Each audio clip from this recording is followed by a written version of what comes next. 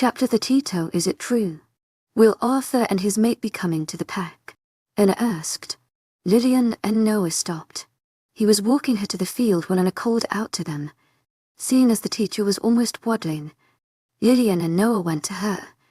Anna's eyes were wide and bright. Her face flushed. Lillian frowned. Is it that big of a deal? Anna's eyes widened further. Are you kidding me? H.E.S. one of the 5. They're like legends. I've never met them. And his mate is the very first fae who can be considered a hybrid between vampires and fae. They're like legends. Okay. Lillian smiled, sharing the look with Noah. They'll be spending the night here, Noah said, much to Anna's squealing delight. Oh, can I meet him? Will you introduce us? To my agent extraordinaire, Madeleine Nilban. Heartfelt thanks for your unfailing patience, enthusiasm. I have so many questions. Archias, a living record of our history. I'd love to have a chance to speak with him. Noah's lips twitched. I'll see what I can do. Lillian's hands hovered as Anna jumped up and down. My God. To my agent extraordinaire, Madeleine Nilban. Heartfelt thanks for your unfailing patience, enthusiasm. Your ear about to pop. Stop jumping around. Oh, shut up. I'm fine, Anna said. Winded, but you should probably tell Johnson. Noah said. He wouldn't want you anywhere near outsiders, especially ones as powerful as Arthur and his company. Oh, don't worry. Anna waved him off, her eyes twinkling. I can be very convincing. Anna skipped her way to school. Lillian shook her head. I didn't know they were celebrity. By the way, what did she mean by hybrid? A long story, Noah said. You'll understand when you meet Elle. She's one of a kind. Lillian hummed, seeing as Noah had admitted to having had a crush on Elle. Lillian wasn't sure she wanted to meet the woman at all. Stop being ridiculous. She didn't even know Elle. She can't be bad if Amanda liked her. Oh, is Amanda coming with them? Noah nodded. Lillian grinned, happy to see the female vampire again. Noah waved at Robert when they finally reached the fields. They'd arrive around lunchtime. I'll come pick you up. I'll meet them. Yes, I'd like to introduce you to them. It seemed more than just being introduced. Lillian nodded. She was curious about them. Noah dipped his head and caught her lips with his. Lillian melted against him, feeling safe and warm and loved. Her heart raced and skipped when they parted. With a kiss to her forehead, he walked off. Lillian rocked back on her heels, her face flushed and her grin impossible to rein. They had spoken the night before until Lillian fell asleep. She woke up tucked in her own bed. Noah nowhere to be seen. He appeared after they had breakfast, and the two of them saw the twins to their lesson before they bumped into Anna. Packmates no longer bothered hiding their grins, and their teasing remarks had grown in number and intensity. The bulk of that teasing was aimed at Lillian, since Noah was too serious to poke. Lillian's heart almost burst with gratitude. To be accepted for what and who she was by pack members, human and vulnerable and powerless, meant the world to her. It sealed the cracks in her heart and trampled on memories of a painful past, reducing them to a mere speck of dust in her new life. Robert was as excited as Anna as to see Arthur. He told her all about the vampire lord's rumored powers and ruthlessness. By the time lunch rolled around, a seed of worry sprouted in Lillian's mind. What if Arthur saw her as a threat to their secrets? What if he saw her as an intruder? She shook her head, changing from her work clothes to a pair of jeans and a grey t-shirt. There was no use worrying about him. Besides, Lillian was now a member of this pack. Arthur didn't have any say in what went on Wolfland. At least, that was what she believed from her lessons with Anna and the book she read. Nosegays ran over her body as she pounded down the steps of her port. She had asked him to wait while she changed. Meeting someone for the first time with dirt-stained clothes was a good move. First impressions and all. Are they here yet? Lillian asked, slipping her hair hand into Noah's. Yes, Sean and Ava accompanied them to their cabin. Did the twins have lunch? Yes, they'll be eating at Jennifer's, Lillian said. But they'll probably join the rest of the pups wreaking havoc around the pack as soon as their bellies are full. A small smile graced Noah's features at the mention of pups. Lillian let go of his hand and pressed against his side, wrapping her arm around his waist. He put it around her shoulders and slowed his steps. The weather was pleasantly warm. The sun snaked through the giant greens and toasted the forest ground with its beams. Lillian sucked in deep breaths and kept her mind firmly on the present moment, on its peacefulness and joy. It was such a simple thing, strolling in the forest, warm and fuzzy, with a man she liked. Maybe more than liked. She hoped it would last, but knew that life had a way of throwing curveballs at the most unexpected moments. Instead of ruining the moment by worrying about what she couldn't control, she decided to immerse herself in its simple joy. They met vigilant warriors on the way. She wouldn't have spotted them if Noah hadn't pointed them out to her. Sooner than she liked. Noah squeezed her shoulder as they broke through the cover of trees. They had well gone beyond Noah's cabin, closer to the border. If she remembered correctly, a small cabin was tucked under a mammoth evergreen. It looked empty at first glance. But as Lillian and Noah approached, a man opened the door and stepped outside. Lydia and Nasmos locked, pulling Noah into a stop. To darkness. That was the word that came to Lillian's mind. And that was even before the man raised his eyes and met hers. Air suddenly thinned, and Lillian's heart slowed to a stop before racing like the hounds of hell chased it. Lillian had met vampires, witches and werewolves so far. This person was nothing. Her senses either didn't work on him, or they refused to even touch his presence. Standing in front of a hurricane, waiting to be swallowed by its enormous power, must feel exactly like this. Lillian broke eye contact first, and her lungs worked again. Noah squeezed her shoulder. His presence beside her was the only reason she didn't tuck her tail and run. Even now, with her gaze firmly elsewhere, Lillian could feel the vortex of the man's power. Noah urged her forward, and she complied, chancing her gaze at the man again. She was relieved to find he was no longer looking their way. Now that Lillian could take his measure in relative peace, she was surprised to see he was impressively tall, perhaps taller than even Noah, which she'd thought was impossible. Broad-shouldered, dark-haired and dark-eyed with handsome features.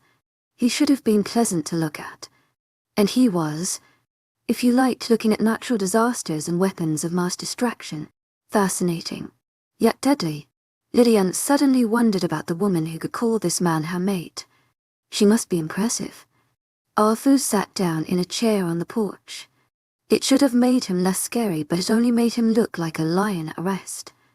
A feminine voice broke through the quiet of the woods. "Is that Noah?" A woman stepped out of the cabin. Lillian blinked. Out of everything she had expected, it was not this. The woman who grinned at Noah stood at barely 5 feet 2, maybe a little taller. Her hair was a short blonde bob, the strands silky and feathery, dancing to an existent breeze. Dressed in a black leather jacket and cargo pants, a sword hung at her hip and several sheaths strapped to her thighs and ankles. She looked ready to go to war, but it was her face that took Lillian's breath away. Immortals healed quickly, for a wound to leave scars. It had to be particularly grotesque and caused by silver. The woman's pale skin was marred with countless scars, old and new. The biggest one crossed her temple and her cheek, a pink line standing out sharply against her pale coloring, and she was wearing a black eye patch, complete with a skull and bones drawing on the black material. Well, she definitely had a sense of humor. The other eye was a bright green. Lillian blinked. The eye almost seemed to give off its own light. The woman, who must be Elle, grinned and skipped down the steps and towards them. She was fast. "Noah, you ass." Punching Noah's shoulder. "Why didn't you come visit?" Noah grunted. "I could say the same about you."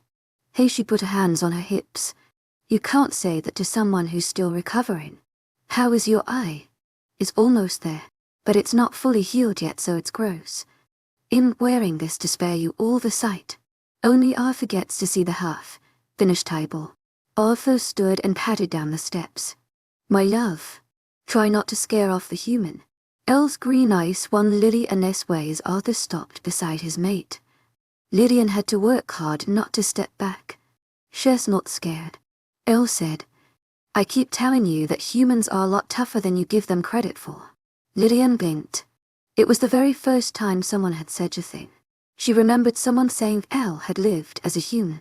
"Did you live with humans?" Lillian asked.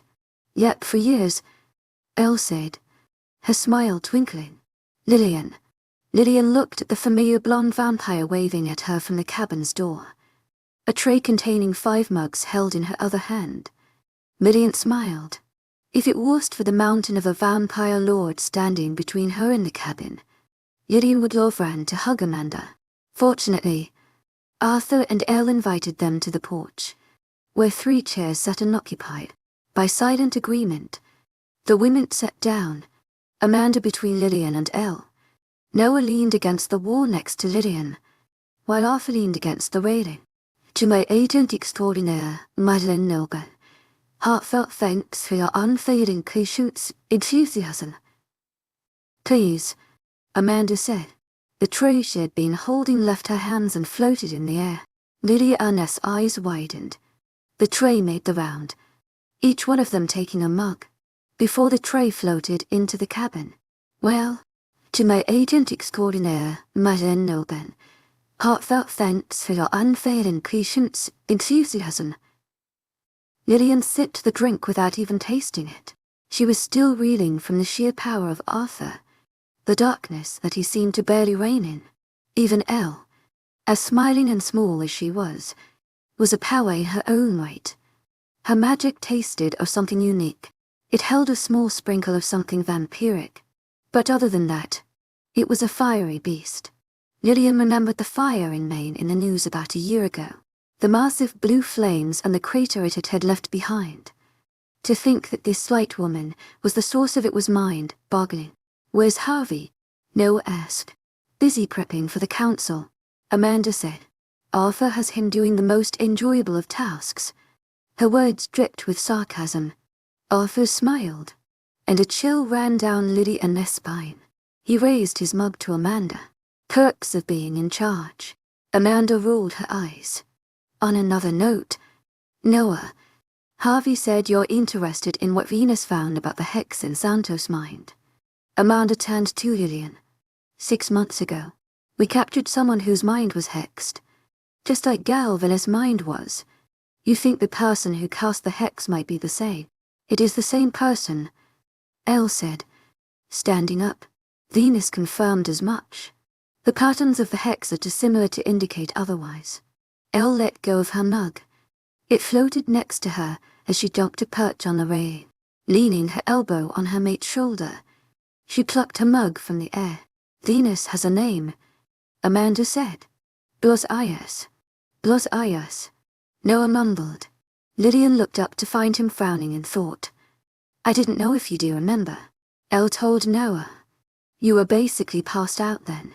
But when we were kidnapped, Rami came with a man called Blos Ayas. Unfortunately, he was one of the people who managed to escape before help arrived back then. To my agent extraordinaire, Madeleine Noble, heartfelt thanks for your unfailing patience, enthusiasm." I remember Dromi saying something about the guy's experiments. I have no idea what that means, but Elle's mother was a genius in magic and spells, Amanda said. Her work was the basis on which the gate scheme was built. To my agent extraordinaire, Madeleine Noble, heartfelt thanks for your unfailing patience, enthusiasm. Lillian asked, wide-eyed. Yet, my mother. Elle raised her mug in toast. She died giving birth to me, but she definitely left us enough headaches to remember her. Despite the flippant words, Lillian could see hints of pain in Elle's eyes. To my agent extraordinaire, Madeleine Noble, heartfelt thanks for your unfailing patience, enthusiasm. Blas Ayas used her work for his supposed experiments. Elle continued, but she has so many theories and spell works that we could only guess what those experiments were. He did ask for unmated female wolves. To my agent extraordinaire, Madeleine Noble, heartfelt thanks for your unfailing patience, enthusiasm. So that narrows down the pool of research. We think it might have something to do with breeding. The kidnapped females all confirmed they'd been put under at some point, and there were traces of physical assault and drugs in their systems, Amanda said. Until we find us or more clues to point us to the right direction in her mother's work, we can only guess. Did Romy say anything? Does he know anything? Noah asked. Romy is barely lucid these days, Arthur said, but I did have Mariano look into his mind. Blas-Ayos must have been careful in sharing details of his work with others, because the witch knows very little. Are you going to share this with the council? Noah asked. Elle snorted. No way, why? Lillian asked. I mean, isn't the council responsible for running things and keeping order? Why not share information with them? The High Council is nothing but a formality to keep the peace between different immortal races, Noah said. But it's composed of power-hungry immortals, and we have no idea how they might use the information. Politics. Elle raised her mug in another toast. Humans aren't the only ones who have them. Arthur looked to the side and chuckled. Lillian blinked. It was an unexpectedly warm sound. I believe we have little spies. Noah sighed and straightened.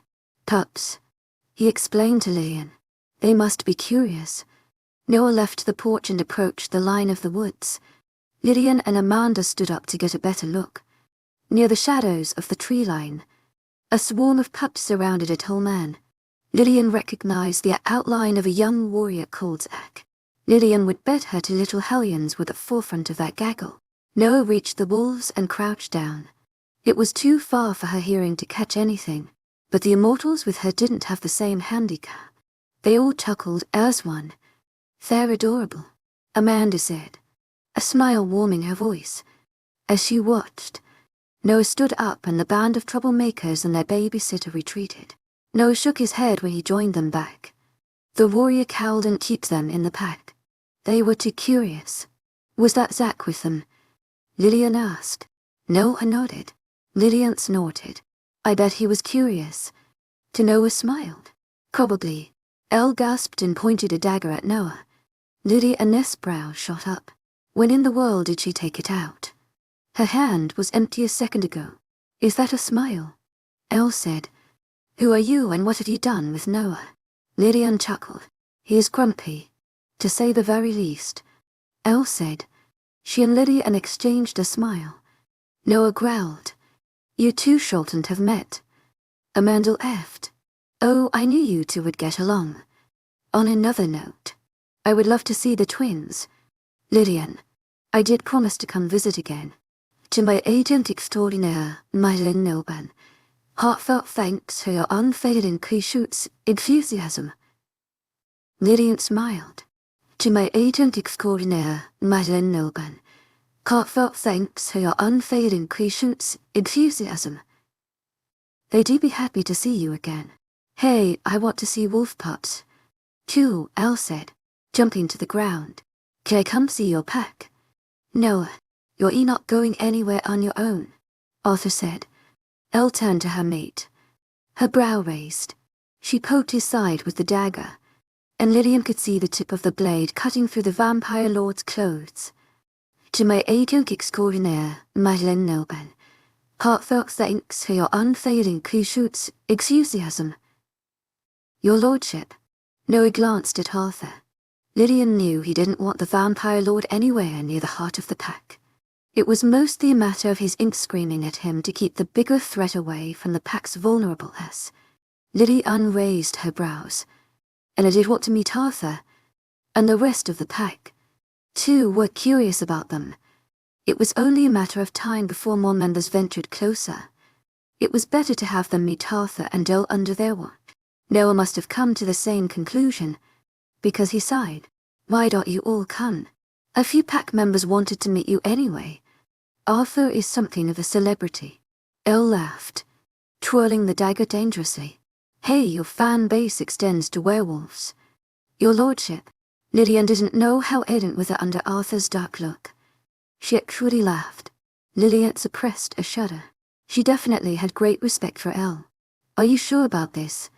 Noah, Arthur asked. fixing Noah with his dark gaze. Yes. Arthur held out his hand. Noah clasped the vampire's forearm. Arthur did the same. It seemed to Lillian it was more than an odd handshake. "I'll look at you too, being best buddies and all," Elle said. Arthur let go of Noah's forearm, reached over, and tugged a lock of Elle's golden hair. She turned her head to bite it, but he swiftly removed his hand, leaving the cabin empty. They made their way to the pack village. "By the way, Noah, Harvey told me about the white stag," Elle said. "That's why you want to see the seer, right?" Noah glanced over his shoulder at Lillian. He was walking in front with Arthur. "Yes, do you think that maybe the seer's words 6 months ago were about you?" Lillian frowned. "What word?" "Shortly after we rescued her, the seer said something about the wolf claiming the unborn woman." Elle said, "It could be about you two." Lily unwrinkled her nose. "She was pretty much born. Otherwise she wouldn't be alive." "What does that even mean?" Elle shrugged. "Who the hell knows? Maybe she misspoke, though I don't see it happening.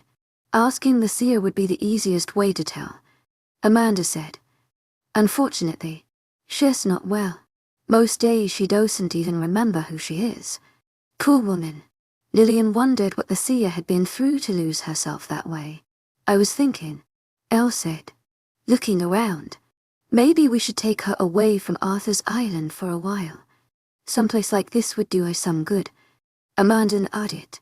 "Away from people and expectations. There are some cabins on the edge of my territory," Noah said. "She's welcome to stay there. It will be safe since it's inside the borders, but far enough away from the village that no one will bother her." "You're a good man, Noah," Elle said, but her eyes were on her mate, whose growl was as threatening as a wolf's. Elle's grin widened. She winked at Lillian, and the latter understood that Elle enjoyed needling her mate using Noah. Any flicker of jealousy Lillian might have felt toward Elle vanished when faced with the other woman's charms. It was difficult not to like Elle. They were within sight of the pack village when Elijah and Desra sprinted their way. Lillian's eyes widened. Arthur was between her and the boys. She didn't think they'd actually hurt them, but she didn't feel good about it all the same. Lillian swallowed her fear when Noah plucked the twins from the ground and held them to his shoulders. The twins' wide blue eyes were trained on Arthur. The vampire lord looked back, his gaze impassive. Elle ran to her mate, her side pressing to his. I looked past between them. "To my agent extraordinaire, Mylan Noban, heartfelt thanks for your unfailing patience, enthusiasm," Elijah said, pointing his small finger at Elle. She needed to have a conversation with them about pointing. Lillian stopped next to Noah and tweaked Elijah's nose. Elle bared her teeth and growled, playfully, in a deep voice, "Is it your first time meeting a pirate?" "Wolf." She made claws with her hands and reached for them. Elijah and Ezra squealed and wiggled in Noah's grasp. He let them go and they came to hide behind Lillian's legs. That's when they noticed Amanda. And Amanda, "Did you bring cookies?" Amanda laughed and crouched down to pepper the twins with kisses. Lillian happened to glance at Arthur. Her breath caught. The darkness that yawned in his gaze pressed a heavy weight on Lillian's chest, restricting her breath in a painful way. How could someone stand so much sorrow? Arthur looked at her and raised an imperial brow. Lillian looked away. With the twins' cheerful company, they continued their way inside the pack. Noah stifled a sigh. It seemed all the pack members suddenly had something to do outside. The adults watched Arthur and Elle with gazes not so different from the pups. Noah led the way into the pack house and outside, in the outdoor dining area. As expected, the pups strained behind them. It was unusual for one of the 5 to be seen in the middle of a wolf pack. Wolf packs were one of the most insular communities in the world. Some wolf could spend decades, if not centuries, without setting sight on one of the 5. Even Arthur seemed to be taking in everything with a curiosity Noah never saw the other man display. Noah hoped he hadn't made a mistake by inviting Arthur into the heart of his pack, but he had to learn to trust. He was certain Arthur would never hurt a child, and he was a man of honor. He would let you stay in the pack to do anything Elle devised. Elle was fond of Noah, and Noah would take advantage of that fact in ensuring the Vampire Lord's alliance. They all sat down around a bench table near the edge of the trees. Dinner was still hours away, but the dining area was suddenly busy. Lillian next to him laughed softly. She leaned closer and whispered, "Is dinner going to be served early today?" Noah smiled. Anna was the first brave soul to venture closer. Bright-eyed and determined. She plopped down next to Lillian, who introduced her. "A boy or a girl?" Amanda asked with a smile. "If you don't mind me asking." "To my agent extraordinaire, Madeleine Noble. Heartfelt thanks for your unfailing patience, enthusiasm." Anna smiled. "A cheer's ready to pop any day now." "Where's Johnson?" Lillian asked the question in Noah's mind. "A cheer's on patrol. Otherwise he would be standing over my shoulder." Elle's eyes flickered to Anna's protruding belly. Arthur shifted in his seat, pressing his side to hers. The couple's history made children a sensitive topic. Pups were the heart of every pack. They were the point around which everything revolved. Noah didn't know how anyone could live without the possibility of nurturing small lives. Even worse, Noah shook his head and focused on his current company. Anna was pelting Arthur with questions about times long gone. "I have an idea." Amanda piped in. "Why doesn't Arthur tell the story of the origins to the pups? I'm sure they'll be glad to hear it from someone who'd been around back then." Lillian choked on her breath. Elle laughed and patted Arthur's hand on the table. "Yes. Yes, an old man." "I know." "Oh, I didn't." Lillian began, her cheeks coloring. Arthur chuckled, tugging on a lock of Elle's hair. She swiped his hand away. "Stop. You cradle, robber." Lillian bit back her laugh. Noah smiled. She'd need time to get used to the dynamics of the other couple's relationship. Arthur agreed to Amanda's suggestion, and that's how they found themselves surrounding Arthur after the night fell. A bonfire was lit in the village, and Arthur sat, cross-legged on the ground, wolves making a half-circle around him. It was just the pups who were interested. Some sat on chairs, others plopped on the ground. Noah felt a sense of rightness. His wolf at peace at the sight of his pack members nearby, safe and sound. Noah sat to the side, leaning against a tree. Lillian pressed to his side, and the twins on their laps. Roland, the pack skunk, had juveniles distributing steaming coffee and hot chocolate drinks. Fire licked the air with crackling orange tongues. Light and shadow battled for room on Arthur's face. Darkness won. He looked more like the mythical creature that he was in the minds of so many. "So you never heard the story of origins?" Elle asked Lillian. Elle was sitting nearby with Amanda, both on chairs. "Not yet. The twins heard it before me. I'm afraid. That's a story we grow up hearing," Elle said. "But it always sounds more convincing coming from Arthur, since he was around back then." Lillian glanced at Noah. "Aren't you going to tell me how old you are?" "Yes," Amanda laughed. "But she is probably waiting until it's too late for you to change your mind." Noah decided to take pity on her. "I'm 35. "Oh well, at least that's reasonable." She glanced at Elle with a smile. "No offense." Elle grinned.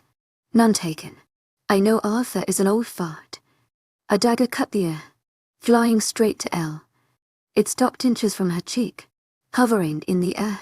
Lillian sucked in a sharp breath. Elle cut the dagger, sticking her tongue at her mate. Lillian's brows shot up. She leaned towards him and whispered, "Are they always so?" Noah offered with a small smile.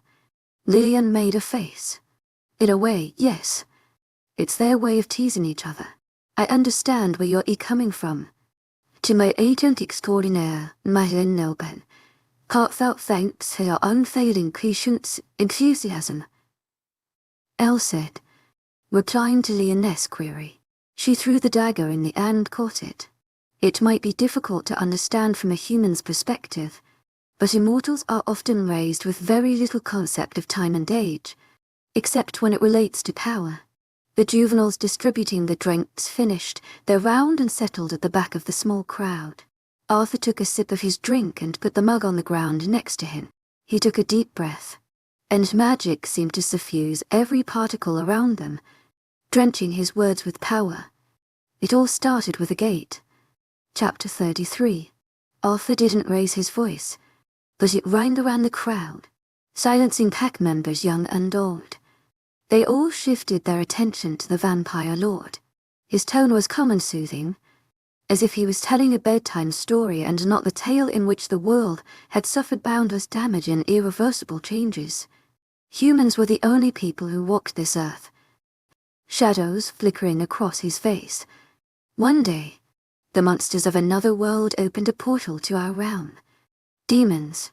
One of the pups in his father's lap piped in. He couldn't be older than 4. His father shushed him gently, and the pup climbed over his father to sit on his shoulders. Arthur's face lightened. He nodded. Yes, demons are the ones who opened the gate.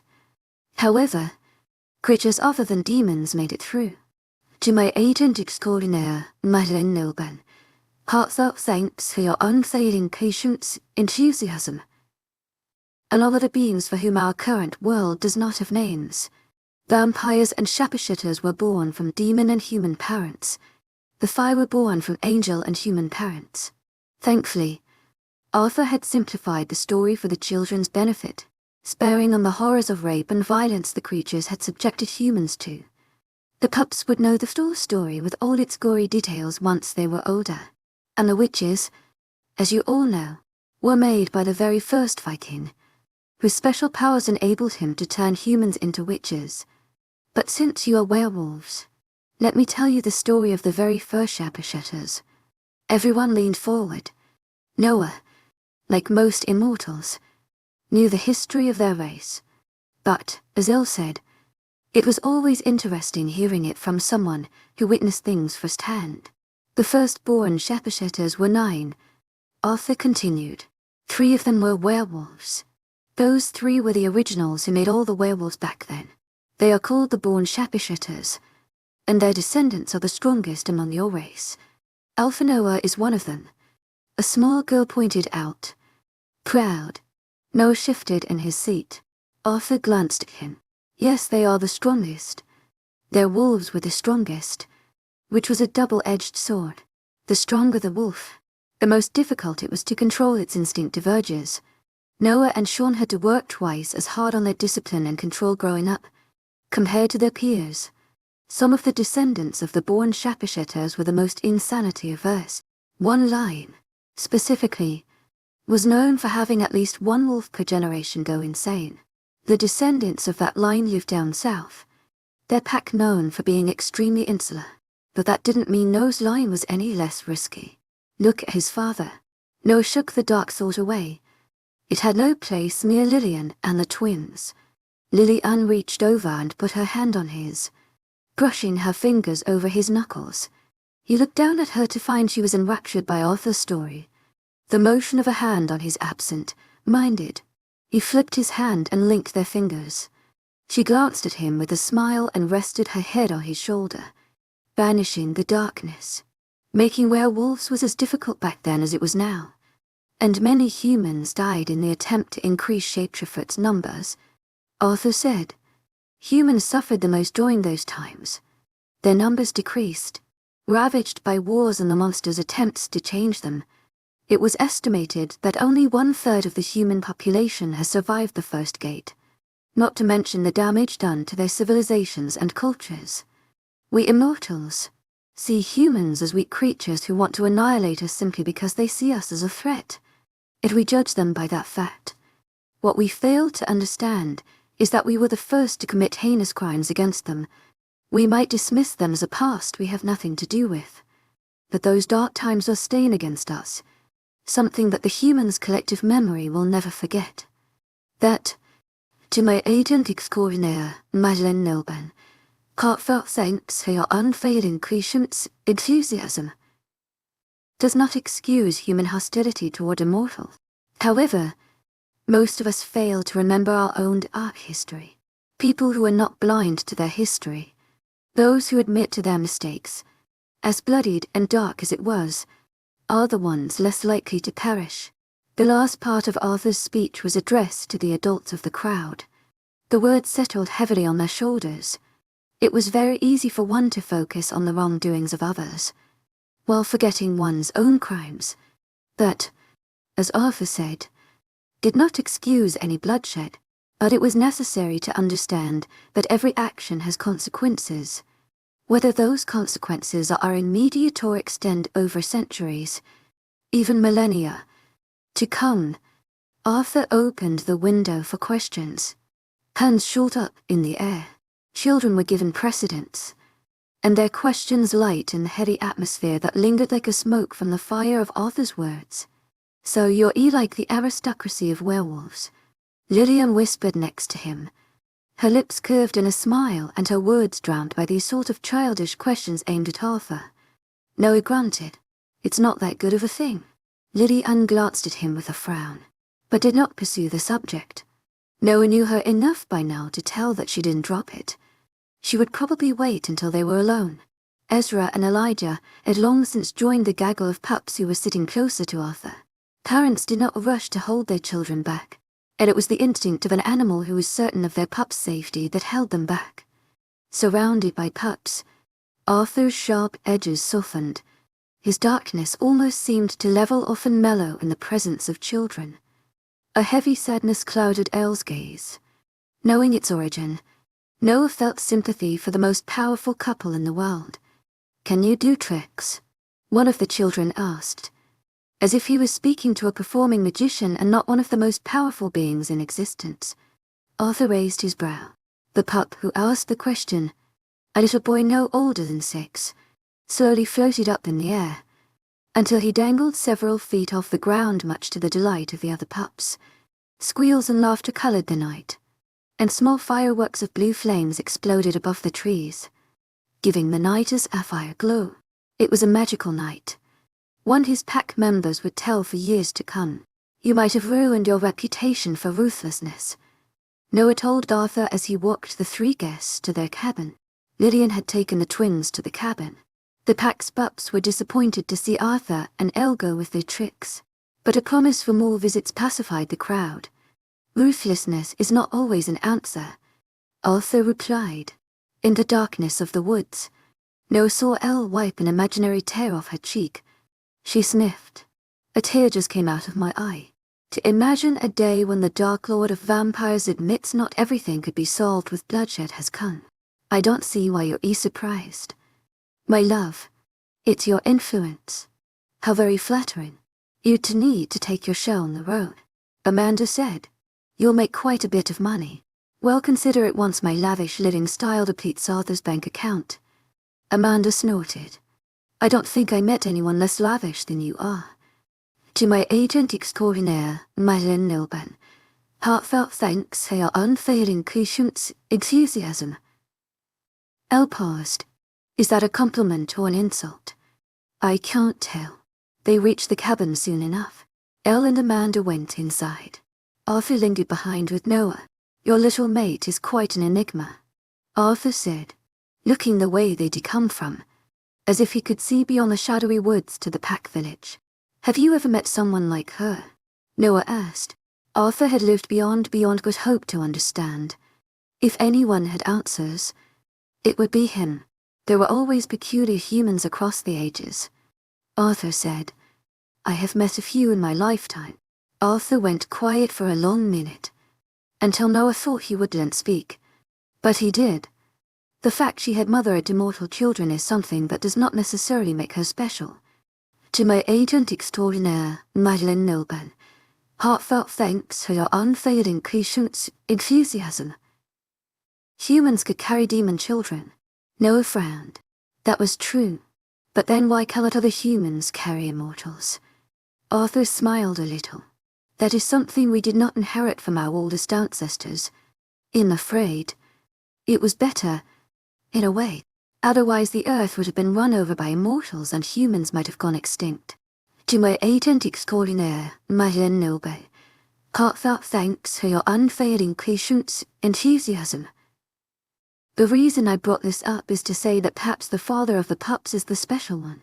At least, that is what I surmised when Harvey told me about it. And now I do believe that your mate is the special one, Arthur said. To my agent extraordinaire, Madeleine Noban, heartfelt thanks for your unfailing patience, enthusiasm. How many immortals can hide their body's reactions to fear? Noah raised a brow. Arthur smiled. The physical signs of fear are there one moment and then gone the next. The scent of fear is inexistent. Isn't it a form of magic? In a way. I bet she has more tricks up her sleeve that you didn't share with us. Noah sighed. Perhaps. Arthur nodded. Elle and I stumbled upon countless theories in her mother's diary. Many of them require the use of humans. After the council meeting, we will go over the records of Elle's mother and try to find what. To my agent extraordinaire, Madeleine Noban, heartfelt thanks for your unfading patience, enthusiasm. Has any link to your human? I have a strong suspicion that's where the answer lies. Noah nodded. You're welcome to stay here after the council meeting. To my agent extraordinaire, Madeleine Noban, heartfelt thanks for your unfading patience, enthusiasm. We will see what the meeting brings to light. Arthur smiled. I have a feeling it will be quite interesting. To my agent extraordinaire, Madeleine Noban, heartfelt thanks for your unfailing patience, enthusiasm. Noah went to the pack house to discuss his brief trip to the council meeting. The meeting would be held in a compound owned by Arthur, 3 hours' drive east of the pack. Jack and Ava would stay behind to look over the pack while Noah and Sean would attend, along with Lillian. Noah didn't go to his cabin after that.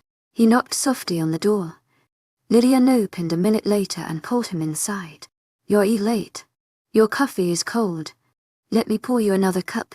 He doubted she was aware of the way her readiness to accept him into her life and house meant to him. Noah closed the door behind him, feeling his wolf settle down at the back of his mind, peaceful in a way he rarely was. The lights in the cabin were off except for the fireplace. The twin snores rumbled through the house, the sound bigger than the small bodies.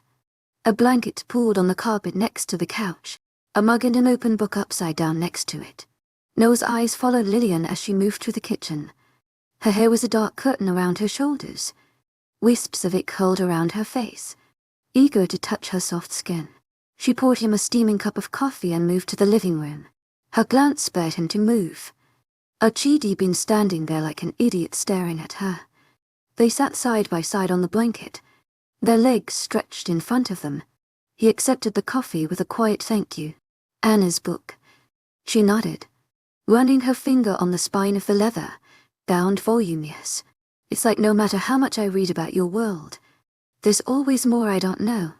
You'll get there, Noah said. You haven't been in the pack for even 6 months. I hope so, she mumbled. So what did you mean earlier, when you said that being a descendant of the born shifters is not always good? Noah took a sip of his drink. It inged his tongue and seared down his throat. He welcomed the burn. Being a descendant of the born shifters means we have stronger wolves compared to other werewolves. Our wolves have a very strong sense of self compared to others. They are more difficult to control, especially in situations where emotions or pressure are rampant.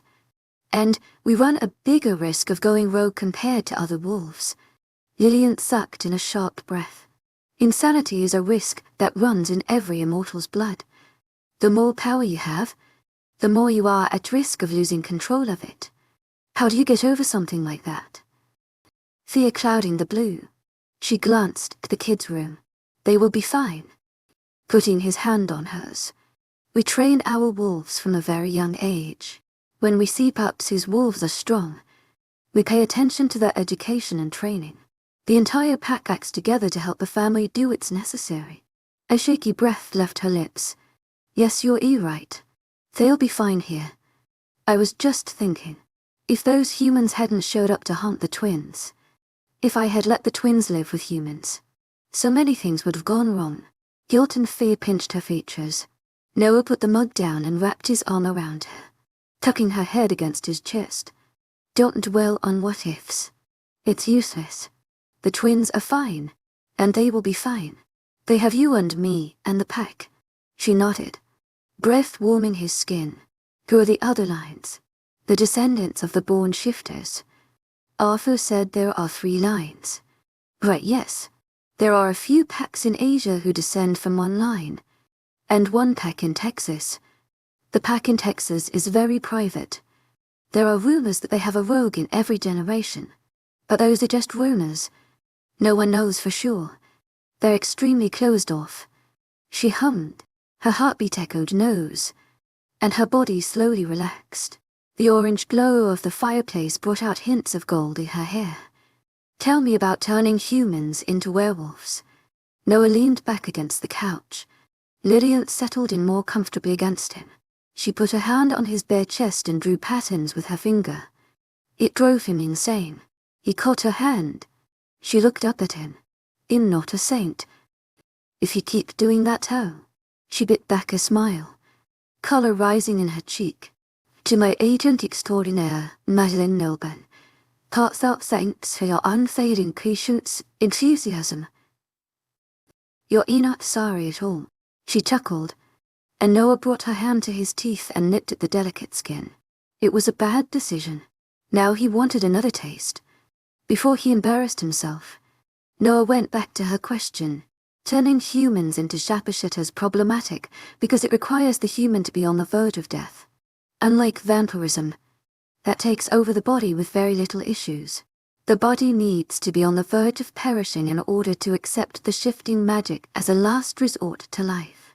But the process of shifting in itself is violent for a human body, and when that body is on the verge of dying, it's usually very weak. Lillian said, understanding. Yes, that's why most shifts end with death. She shuddered. How is it done? A werewolf has to bite the human, and the wound has to bleed. Noah replied, it usually requires more than 1 bite. Some say that shedding werewolf blood in the human's veins might help, but no one knows for sure. Lillian was quiet for a long moment. Her heart beat a pleasant lullaby to Noah's ears. What about vampires? The whispered question lit the dangerous flame of hope in Noah's heart. His arm tightened around her. It's fairly easy. Vampires can produce a substance, a venom, that the human body readily accepts. The venom is responsible for transforming humans to vampires. I only know the theory of it. I've never actually witnessed a transformation, but the rate of success for transforming vampires is way higher than werewolves. Noah wanted to ask if she had made a decision, if she would agree to vampirism. He wanted to have her transformed right then, so she could be safe and invulnerable. But he didn't say anything. It was her decision, and whatever she decided, he would respect, even if the thought of losing her threatened to awaken the insanity that lived in his blood. Lillian woke up with a crick in her neck. A heavy weight was set on her stomach. With a sense of déjà vu, Lillian opened her eyes to see 3 wolves surrounding her. This time they were all in human form. Noah was sleeping next to her on the blanket, one of his arms pillowing her head and the other thrown over her stomach. Elijah had somehow edged himself between them upside down, his feet near Lillian's head. Ezra was sprawled over his brother horizontally, half of him on Noah and the other half on Lillian. His butt was right over Elijah's face. Someone farted. Laughter bubbled up in Lillian's throat when Elijah gagged. Ezra was pushed unceremoniously away with more force than a 5-year-old should have. Ezra tumbled to the floor near Lillian and sat up, a sleepy frown on his face. A deep chuckle joined Lillian's laughter. The new sound gave birth to a swarm of butterflies in Lillian's stomach. She looked to find Noah staring sleepily at Ezra, his eyes twinkling. He should laugh more. Flashes of the previous night flickered in her mind. She didn't remember when she fell asleep. She and Noah had talked about anything and everything under the sun other than themselves and the decision that hovered over them like a cloud. Immortality should not be so difficult to decide. Right. Hearing Noah's laugh, Lillian thought that maybe she should just stop over, thinking everything and throw caution to the wind. Chapter 34. The compound where the council would convene was about a 3-hour drive from the pack border. Noah, Sean and Lillian had taken one of the pack's vehicles while Elle, Amanda and drove their own. The compound was deep in the forest. Noah had said the forest was neutral territory, but that Arthur owned the compound itself. It was a massive, walled-in area, the size of 2 football fields. Several buildings rose here and there, unexpectedly modern. The mountains stood like majestic giants just beyond the compound. It was colder up here. Peaked roofs and glass walls made the buildings a seamless blend between mountain cabins and modern villas. The greenery inside the walls of the compound was not left to run wild. Stone paths crossed through the grass. Trees were contained to the edges of the compound, and flower beds designed to form pretty shapes around the place, giving it color and character. A pool shimmered on the side. Several fountains spit water into the air, and bushes formed neat lines, cutting between buildings. It was a mountain resort of sorts. To my agent extraordinaire, Madeleine Nilben, heartfelt thanks for your unfailing patience, enthusiasm. Amanda and Arthur were walking in front of Noah, Sean and Lillian. Elle curled her lips in disgust as they walked through, looking around the neat gardens. "Do you own this?" she asked her mate. "Yes, why in the world did you make the forest so?" She waved her hand around, clearly not liking the view. "Lifeless. The wood shouldn't be cut into geometrical shapes and stupid meat boxes." Amanda laughed. "You should get over your aversion to landscape design. For someone raised in the woods, this would not feel right," Arthur said, throwing his arm around Elle's shoulders. Lillian looked around. She liked the view. But then again, if she had lived in a forest all her life, this might have felt artificial. In a way. Just then, a couple of vampires walked past them, bowing their heads Arthur's way. They deparked their car in a parking lot near the entrance, and during their walk to the center of the compound, they had come across several people, all immortal. To my agent extraordinaire, Madeleine Nilben, heartfelt thanks for your unfailing patience, enthusiasm. Lillian felt like an intruder. The majority of the look she received made it clear others shared her thoughts. The 2 vampires walked past them, and Lillian felt the chill of their gazes on her. She stepped closer to Noah. "Try not to go anywhere on your own." His amber eyes scanned the place. "I don't have a death wish," Lillian said. She didn't like the fact that she needed a babysitter, but she was no longer in the pack. There were people here who would slit her throat simply because of her race. She liked herself alive and breathing, and she had a pair of little troublemakers to get back to. Elle turned then and walked backwards. "If you're tired of Noah's incessant chatter, let me know and I'll keep you company. I hate these things, and I have a feeling having you around will make things more interesting." Lillian snorted. "I sure hope not." Elle's green eyes squinted on something behind Lillian. "I think the Fide allegation just arrived." Lillian's eyes widened. She never met a Fide before, not counting Elle, so she was a special case. She looked over her shoulder, but they were too far away for her to have a good look at the people who'd just stepped out of several fancy vehicles. Her senses couldn't pick up on their presence from this distance. As terrified as she was of how things would play out during their stay here, she was equally thrilled by the prospect of meeting so many different immortals. They reached their lodging. The building contained 3 condos. This was where Arthur and his mate, Amanda and her mate, would be staying. The 3rd condo was reserved for Noah, Lillian and Sean. It made Lillian feel a little bit more protected, knowing the other immortals would all be staying in the biggest building in the center of the compound that served as a hotel of sorts. "We get special treatment," Sean said as they entered their condo. It was on the ground floor, brightly lit from the glass walls, and furnished in greys and blacks and white. An open floor plan with a little kitchen flowing into the living area, a hallway leading to the bedrooms, while Lillian checked the view of the backyard, where French doors opened to the gardens. Noah and Sean took the bags into the rooms. Lillian took out the phone Noah had given her on the way here. It had his number, Sean's, Amanda and Jennifer's. Just in case something went wrong, he told her. She wanted to call Jennifer and check on the twins, but she knew she was being ridiculous. It was only hours since she left the pack. Just this once. She mumbled to herself and dialed Jennifer's number. She replied on the first ring. The twins were fine, playing with Kate's kids. Jennifer called for them to come talk to Lillian, but Lillian heard them calling back that they were too busy. Little heartbeakers. After apologizing to Jennifer for all the times she would be calling during the next few days, for which Jennifer laughed, Lillian hung up and went to check on the rooms. Lillian walked down the hallway. There were 3 doors. One led to a bathroom, which meant there were 2 bedrooms. Lillian paused and looked up and down the hallway again. Yep. Still 2 bedrooms.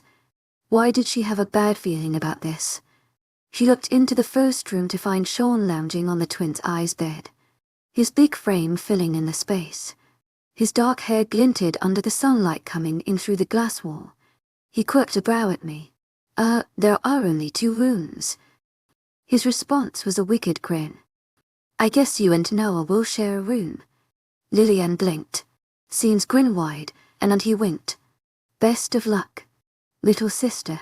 He looked back to his phone before he could see the stunned expression on Lillian's face. Little sister. Family. Lillian turned, her smile threatening to split her face in half.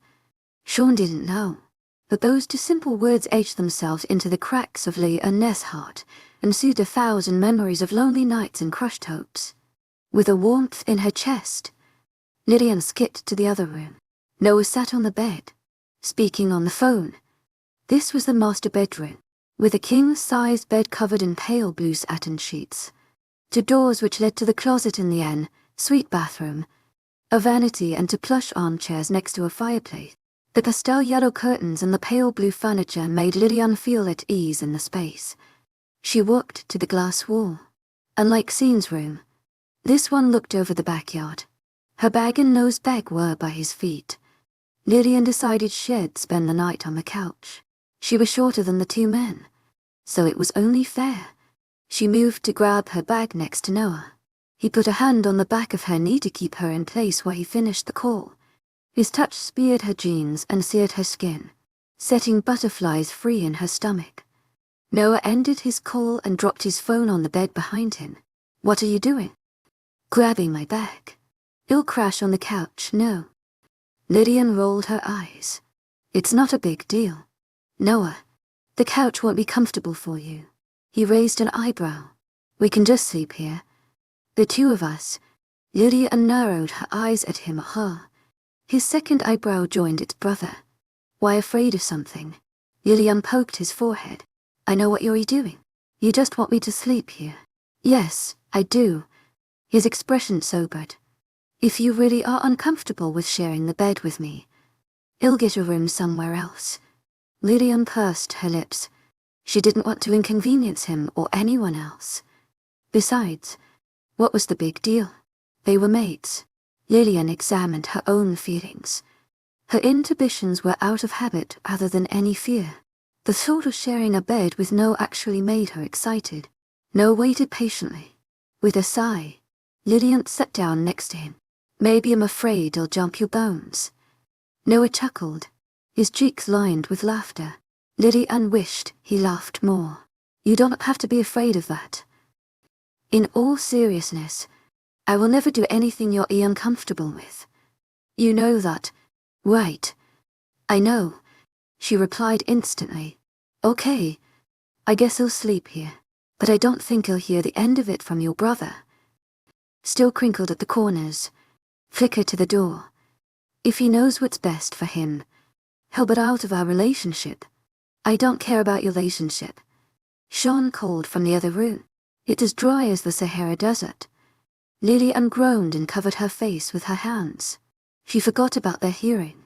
She should have closed the door. Idiot, Noah said, much to Scene's amusement. He stood up and plucked their bags off the ground. Get comfortable. You'll go have a word with Arthur. The meetings will start after lunch. He dropped their bags in the closet and went outside.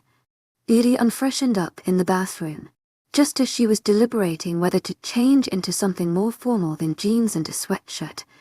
The doorbell rang. Sean was there before her. He blocked the view of the door, but Elle's voice was unmistakable. "Where is your sister-in-law?"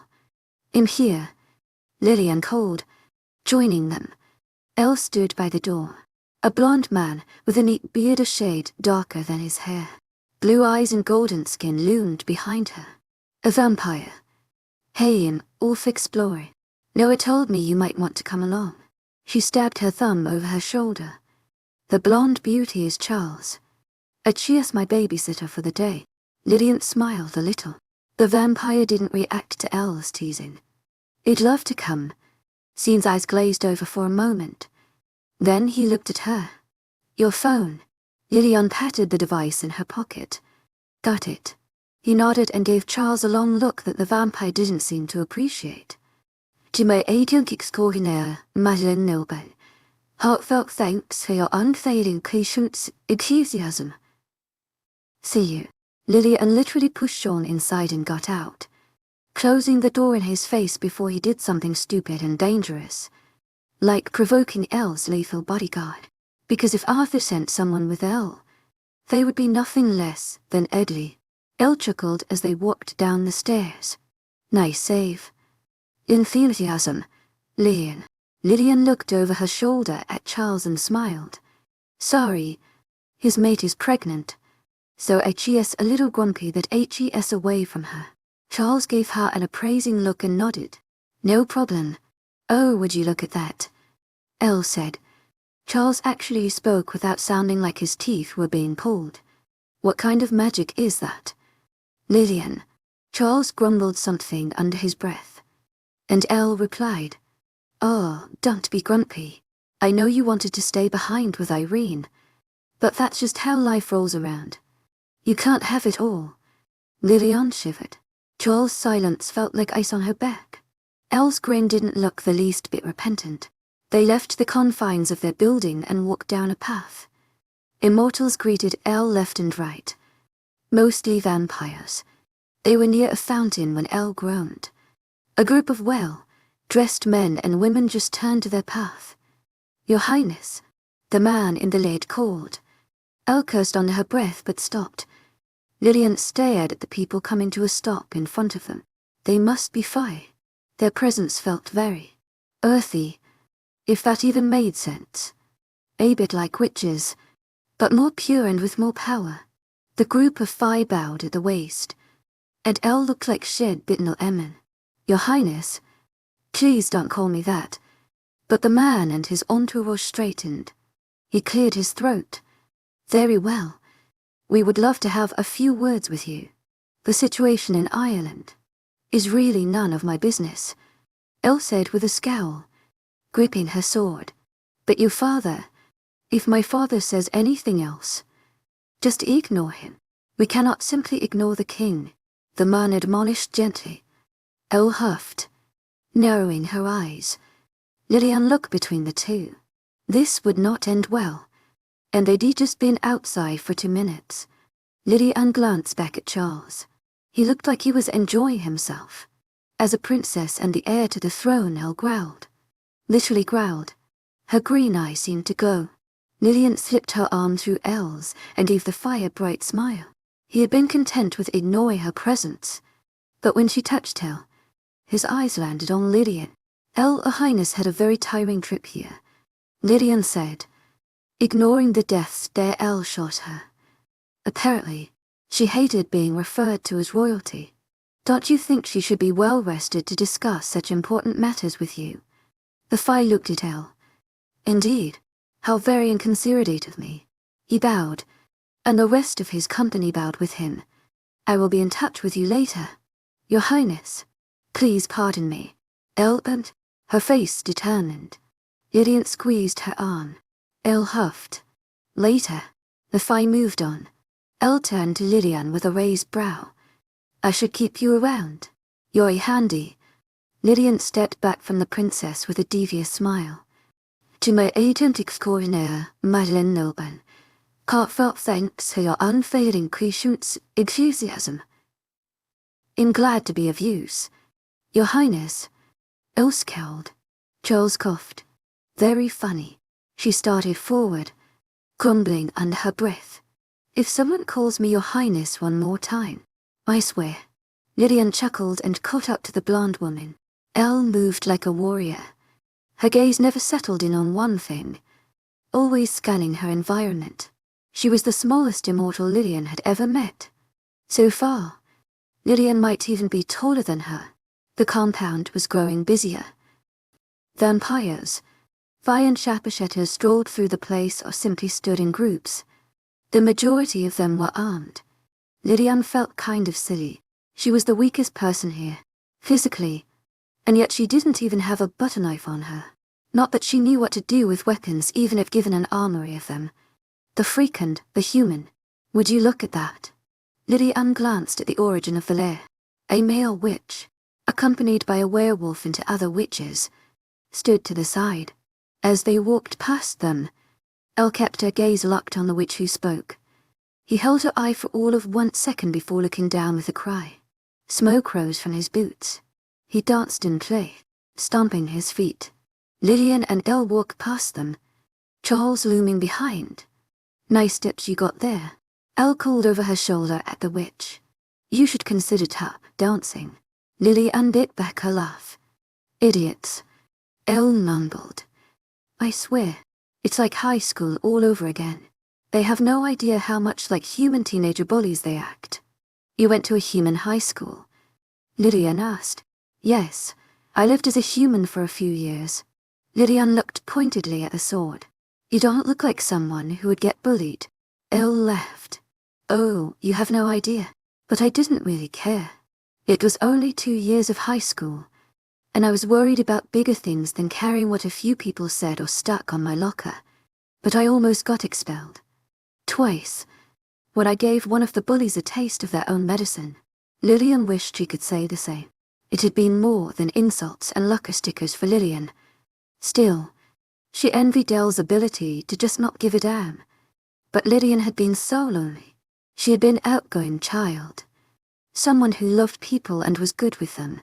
But that trait had been snuffed out by the orphanage's director and later, by bullies in her school. She had been in a dark place then, consumed by emptiness and black thoughts, moving out of her old town, living with Lydia and having the twins gave her back some of her old spark. But the scars were still there, barely scabbed over, always ready to tear open. She and Elle were the subject of several remarks and scathing looks. Lillian wanted to go back to the pack and hug her babies, to feel loved and needed. But she powered through. She kept a pleasant smile on her face and walked beside Elle, asking her about how she had lived with humans as an immortal. Lillian was no longer that teenager. She had two beautiful reasons to cling to life, and they were waiting safely in the pack. And Noah, and yourself. A little voice whispered in her head. Damn. Look, it's my first time seeing them. Elle said. Lillian stopped and followed her gaze up. Dark dots flew up high in the sky. They fell down, growing bigger and bigger, until Lillian could make out the span of huge wings. Winged shifters. Lillian had only read about them in Anna's books. They flew overhead in a circle, their wingspan massive, and then they landed in the center of the compound. A group of 2 men and 3 women, wings stretching on their backs with feathers ranging from dark browns and greys and whites. Every immortal stopped to look. Lillian was the only one who stared. You never saw one. Lillian asked Elle as the winged shifters folded their wings neatly to their backs. Their tops were altered to have space for the wings. No, Elle's eyes were wide. Damn, must be nice. Having wings. I didn't know they were attending. Lillian said. I think they have some business with Arthur. Elle said. I wish I could see their wings up close. A welcoming committee of vampires appeared by the winged shifters and led them away. Lillian turned from the sight of their wings, wondering if she would get to meet one up close, when her eyes caught something that made her blood run cold and her breath freeze. Hazel eyes. Lillian blinked. It couldn't be. There must be hundreds of werewolves with hazel eyes.